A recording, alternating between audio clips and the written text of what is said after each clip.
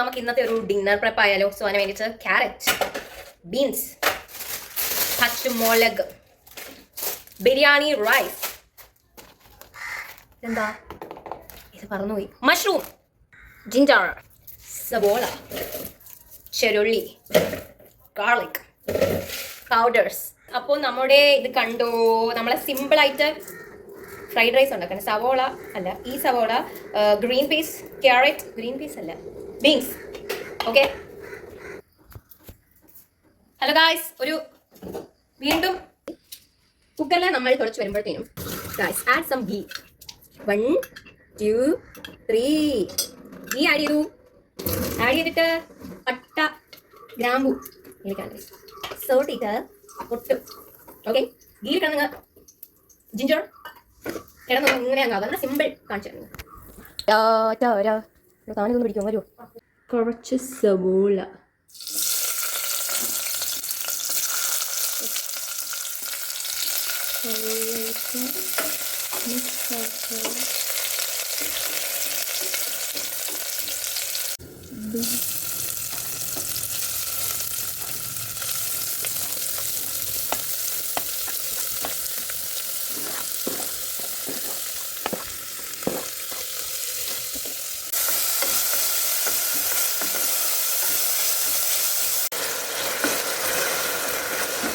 ഇത് നന്നായിട്ടൊന്ന് വാടണം.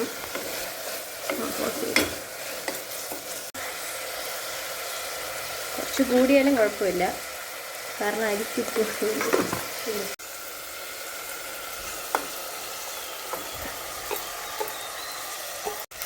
ഇല്ല. ഇതൊന്ന് കുറച്ചൊന്ന് ഇതിൽ കിടന്നൊന്ന് റോസ്റ്റ് ആകും.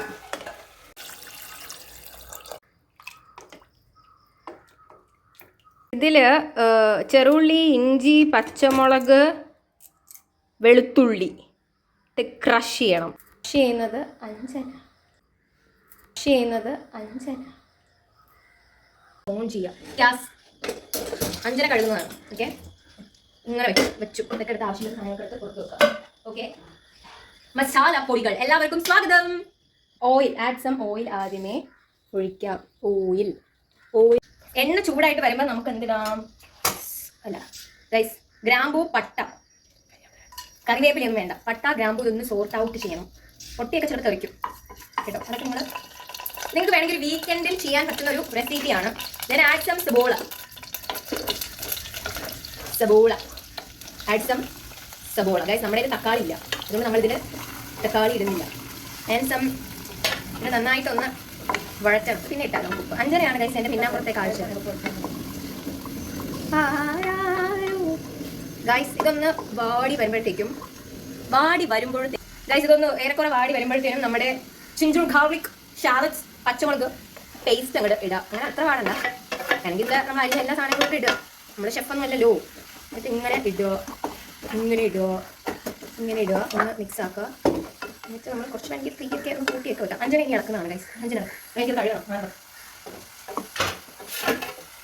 ഗൈസ്. ഞാനിപ്പം സോൾട്ട് ഇട്ടിട്ടുണ്ട്.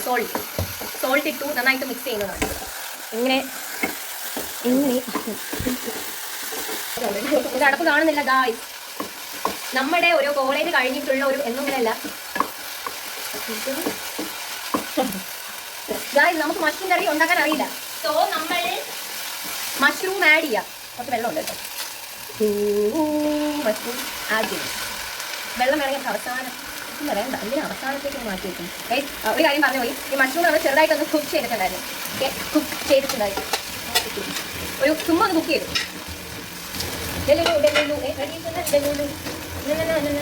ഇനി സം മഞ്ഞൾപ്പൊടി നമുക്ക് ആഡ് ചെയ്യാം. ഓൾറെഡി നമ്മൾ മഞ്ഞൾപ്പൊടി ഇട്ടിട്ടുണ്ടായി, അതുകൊണ്ട് നമുക്കൊരു പൊടിക്ക് മഞ്ഞൾപ്പൊടി, മഞ്ഞൾപ്പൊടി,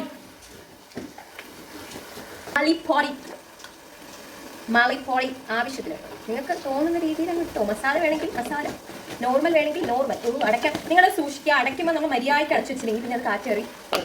മുളക് പൊടി കഴിച്ചിട്ടൊക്കെ വീട്ടിൽ നിന്ന് പൊടിച്ചിട്ട് വന്ന മുളക് പൊടിയാണ്.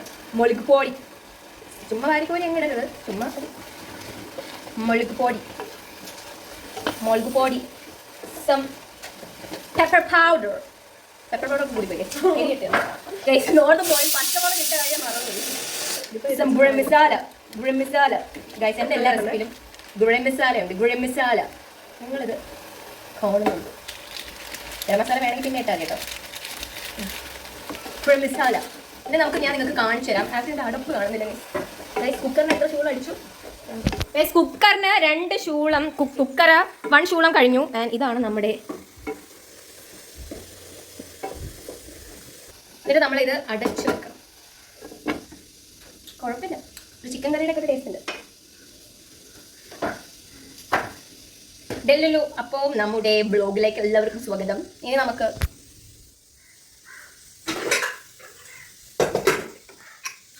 കഴുകുകയാണ്.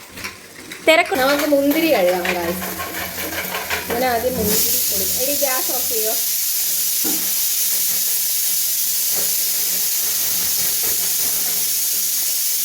മുന്തിരി കഴുകുന്നത് ഞാൻ പറഞ്ഞുതരാം എങ്ങനെയാണ് മുന്തിരി കഴുകേണ്ടത്.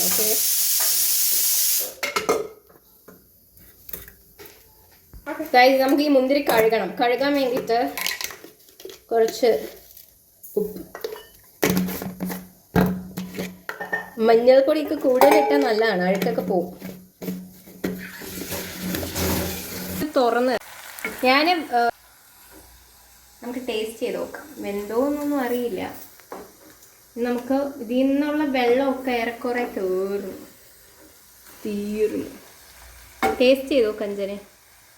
ഇതിൻ്റെ അകത്ത് ഇല്ല, ബാക്കി ഇതിൽ തന്നെ അങ്ങോട്ട്. റൈസിനൊന്ന് വേവ് കൂടിപ്പോയി. സാരമില്ല, നമ്മളാണ് കഴിക്കുന്നത്, അതുകൊണ്ട് കുഴപ്പമില്ല കേട്ടോ. ഒരു പുലാവിന്